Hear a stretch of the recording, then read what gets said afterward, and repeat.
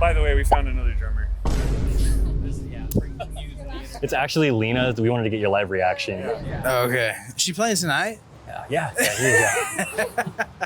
In the Stars is tricky, I gotta say. Hold the camera now. Yeah.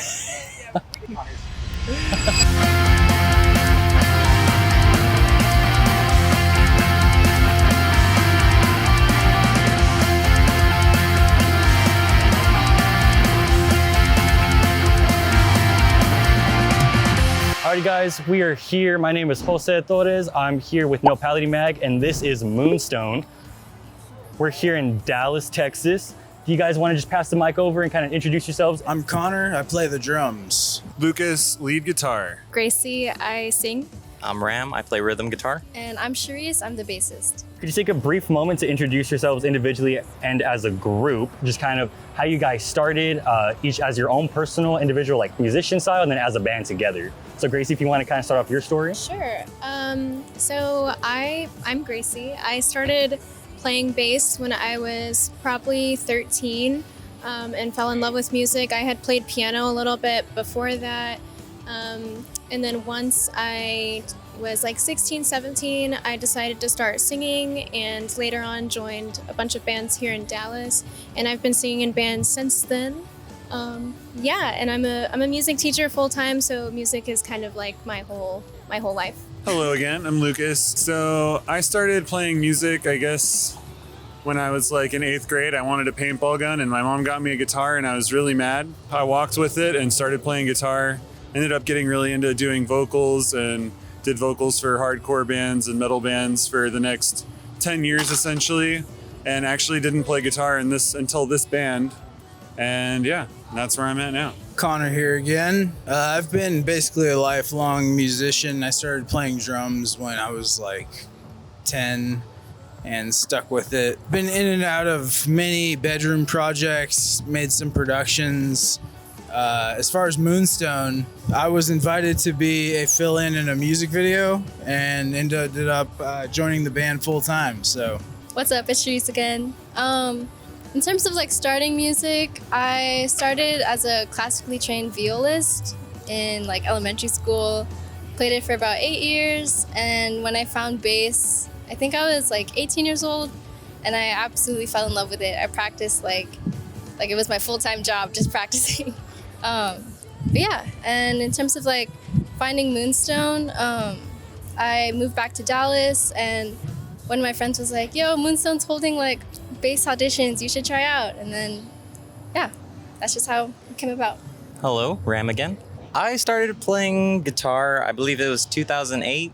And I started playing with bands and live music and all that in 2015. Yeah, kind of like Gracie was saying too, where I kind of had different bands and stuff leading up until like the COVID days, I feel like, and then everything kind of stopped for a good minute. And then 2022 is when, I linked back up with Gracie and Lucas, and Moonstone started. I had taken a break from music for quite some time. Lucas was a producer and had been in and out of bands. We reconnected, all three of us, after a little bit. We had moved away from Colorado to Colorado, and then we came back here. We all had tickets to see Paramore, right, in Oklahoma City, because he had asked us if we wanted to be in a Paramore cover band, and I was like, oh, that's perfect, because I can perform, but like it's low commitment for the most part, and I can just have fun on stage.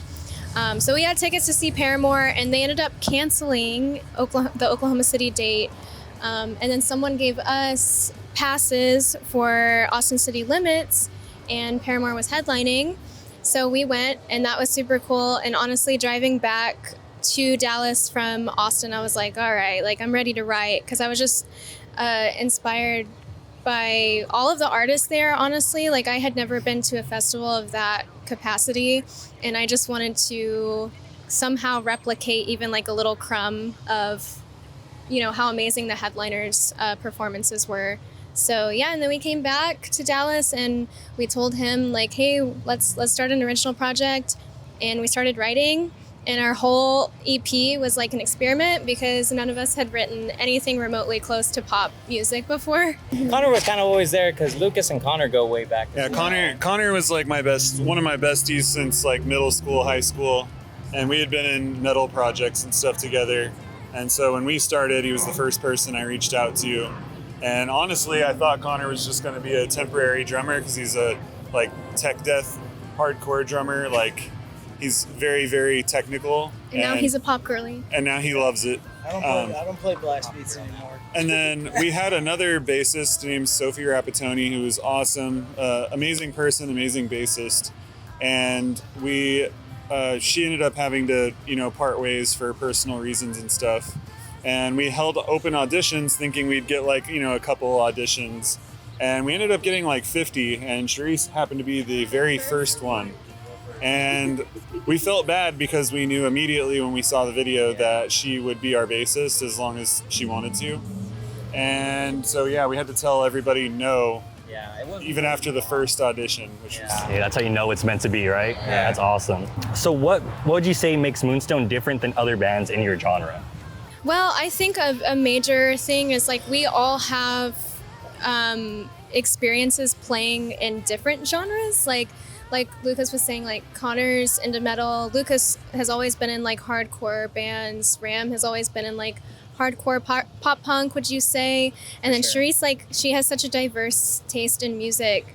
And the same for me. Like I had been in a punk band, a kind of post-hardcore pop punk-ish band. So I don't know. I think that makes us different because we have all like pulled influences from like all of our inspiration. So, we genre blend a lot. Like we call ourselves alt pop because it's such a broad genre. But I feel like that genre kind of covers like who we are enough to where like, cause we could be like, some songs are more pop punk, some songs are more indie, just like pure alternative, some are more pop. So yeah, I feel like that makes us stand out a little bit is we pull from all of our influences. Yeah. For sure. Damn it, please, we're doing the freaking interview. Welcome to Deep Ellum. Yeah, welcome to Deep Ellum, by the way. Alrighty, and then I have a quick question because obviously, and we haven't even introduced it to the camera yet, but you guys are debuting your album tonight, so congratulations on that. Thank you. We were playing it on the way over here. I really am a big fan, guys. I'm new to you guys, but I really did enjoy the album. Thank you so much. And so kind of question for each one of you guys is what is your top song that you're excited to play tonight and why? Whether it be kind of the backstory as to each song or what it is to play the song. So we have a song called In the Stars, and I feel like it's a really tricky, challenging drum groove. I got to be on point for that one. And, to a bigger point, that challenged me, just being in this band, like changing my playing style and becoming more of like a well-rounded drummer, being able to, fit into an alt pop band when all I'd ever played was like rock and metal. It really broadened my horizons. So I'm super excited to play that tonight. I said we've been friends for a long time. That's because, well, we share so much musical taste together, and In the Stars is probably my favorite to play as well. But I'm a little biased. It's my first like real solo that I get to play live, so I'm really stoked to do that. But I will have to say a strong number 2 is going to be Conversation. So I have 2. I'll name the second one because I want to be different because I feel like we all kind of have the same quirky. I'm gonna say You Don't Care because I like that song. I think it's like really like funky and dancey. And number 2 is Conversations because that's my favorite song off the album. It just really gets me in my feels. But also like Just Another Day, Not As Present, we've been playing on those songs for about a year and I love playing those songs live. So I'm excited to play those 2 songs again. So I have 4. How far is that? You said 2, damn it. Yeah, not to repeat literally the exact same thing, but like Conversation is probably my favorite song off of the record. But as far as like the live performance of it all, In the Stars is pretty, it's got a good oomph to it, so I'm really stoked to play that one live. It's gonna be cool. So in terms of like listening to the album, my favorite is definitely Conversations. But when it comes to performing it live, I'm gonna say Cycle. I think it's a really powerful song.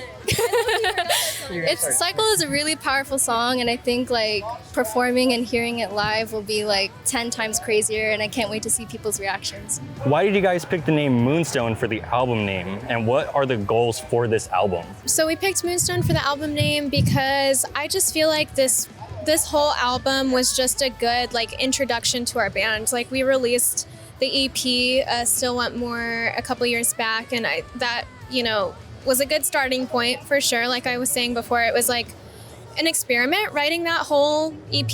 We honestly like didn't know what we were doing when we wrote that EP, but now we've like really gotten our footing and have developed a really unique sound. And like I said, I just feel like every song is a really good reflection of who we are and the sound that we've developed. So I was like, let's do self-titled. I mean, I love when artists do self-titled albums. Like some of my favorite albums are self-titled albums. So yeah, it was just a good reflection of like who we are and our sound. How does it feel to see the recent social media attention that the band has been generating? Whew. That's the question, huh? That's a loaded question. Yeah, it's a loaded question for sure. I mean, it has its pros and cons. I think overall it's a positive thing for sure. I mean, it's translated over to listeners, over to followers, and people coming to our shows. We've unfortunately gotten a lot of like negative attention, but I think that's always going to be louder than the positive, because we've had some really like amazing supporters since day one. Like as soon as we launched, like I feel like we got a lot of attention on social media. So, it's always going to feel like the negative is more than the positive, but we really have had a lot of support, and it's cool to see the people who, have found us on social media and have stuck around for like so long, or even recently, like we had to close our pre-orders for our vinyl because we were getting so much attention online, honestly, and they basically sold out online, which was really cool. So it is cool to see that translate from Instagram over to streams, listens, merch purchases, ticket sales, stuff like that. So, For sure. Yeah. What's something you guys would say to your younger self about what your life would be like being in Moonstone? Younger Charis was just playing scales on viola, so I think the culture shock is definitely going to be there. But I would say, I think I would encourage her that, you can do anything with enough hours of practice. And honestly, being in Moonstone is we're so blessed to be here, and just honestly, just keep putting in the hard work and get excited. I don't know. Yeah, for sure. I would tell my younger self, I'd be like, listen here, pendejo. Man, honestly, I guess it's kind of cliche, but it's just trust the process, dude. I feel like my younger self had an idea, or maybe wishful thinking where I would be at a certain age, never got there and stuff. And so I think even to this day, I still struggle with that. So telling my younger self, I feel like would have been a lot easier to be like, hey, trust the process, just keep going, don't give up on music, just because you're not where you want to be, and, fast forward all these years later, being here with Moonstone and stuff and headlining Club Dada and having our own vinyl and stuff. I'm again, just if I could tell my younger self that, I'd be like, you're gonna have your own vinyl one day, just don't quit, don't give up. So yeah, I mean, my answer is pretty much the same. Just keep grinding. I think when I was young, I was really hungry for success, even on a smaller level. And it definitely it's hard work, and sometimes you don't see that payoff right away. And I think that goes for anything, but especially in music or being an artist. I don't know. This is really might sound silly, but Chappell Roan in an interview said that it takes 10 years to become an overnight success. And I think that's absolutely true. It takes a lot of grinding, a lot of work, investing a lot, and you just got to keep going until it works, So I guess I would tell my younger self to broaden your horizons, because I don't think my younger self would do this. I think my younger self would be so caught up in exactly what I wanted and not taking input from, all the other music. And like, I was just so locked into metal and hardcore, and while that stuff's great and I love that genre, I would definitely just tell myself to like open up. It's kind of the same thing here. If younger me saw this today, they'd be severely disappointed.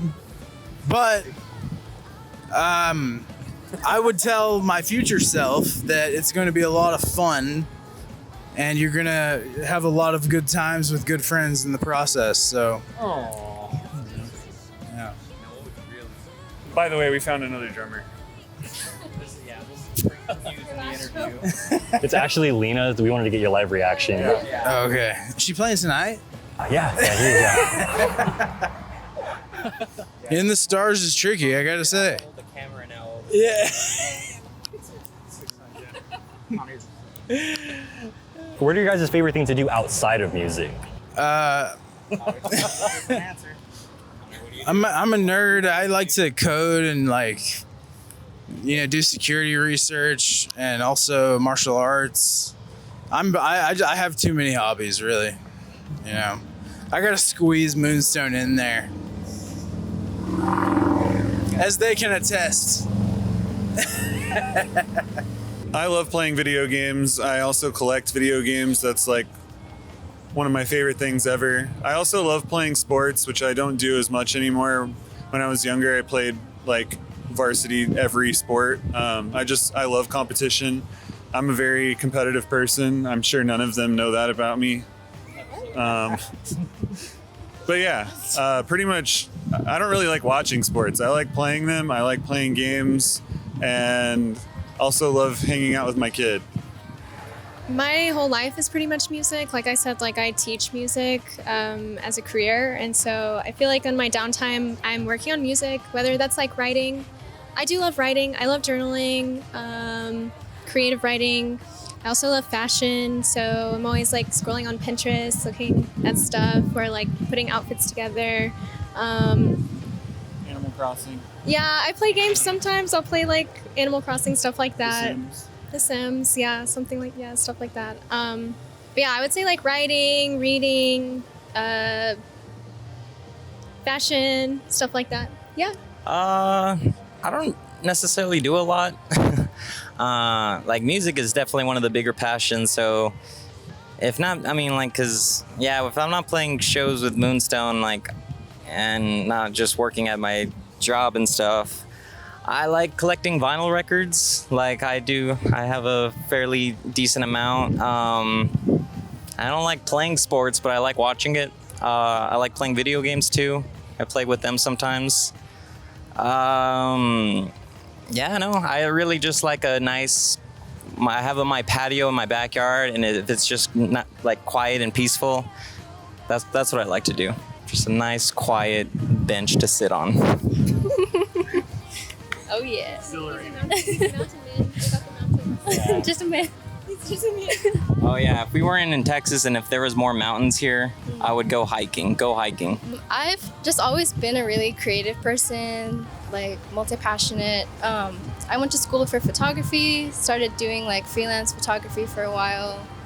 I paint, I go to markets and sell my art. I do commissions for clothing, just anything creative that you can think of. I've probably done it, except for crocheting. I have not done. It's hard. Yeah, crocheting's hard. Yeah, that's all. Awesome, guys. Thank you so much. Thank you. Alrighty, guys. Well, that's going to conclude our interview here with Moonstone, celebrating their self-titled album tonight, playing at Club Dada.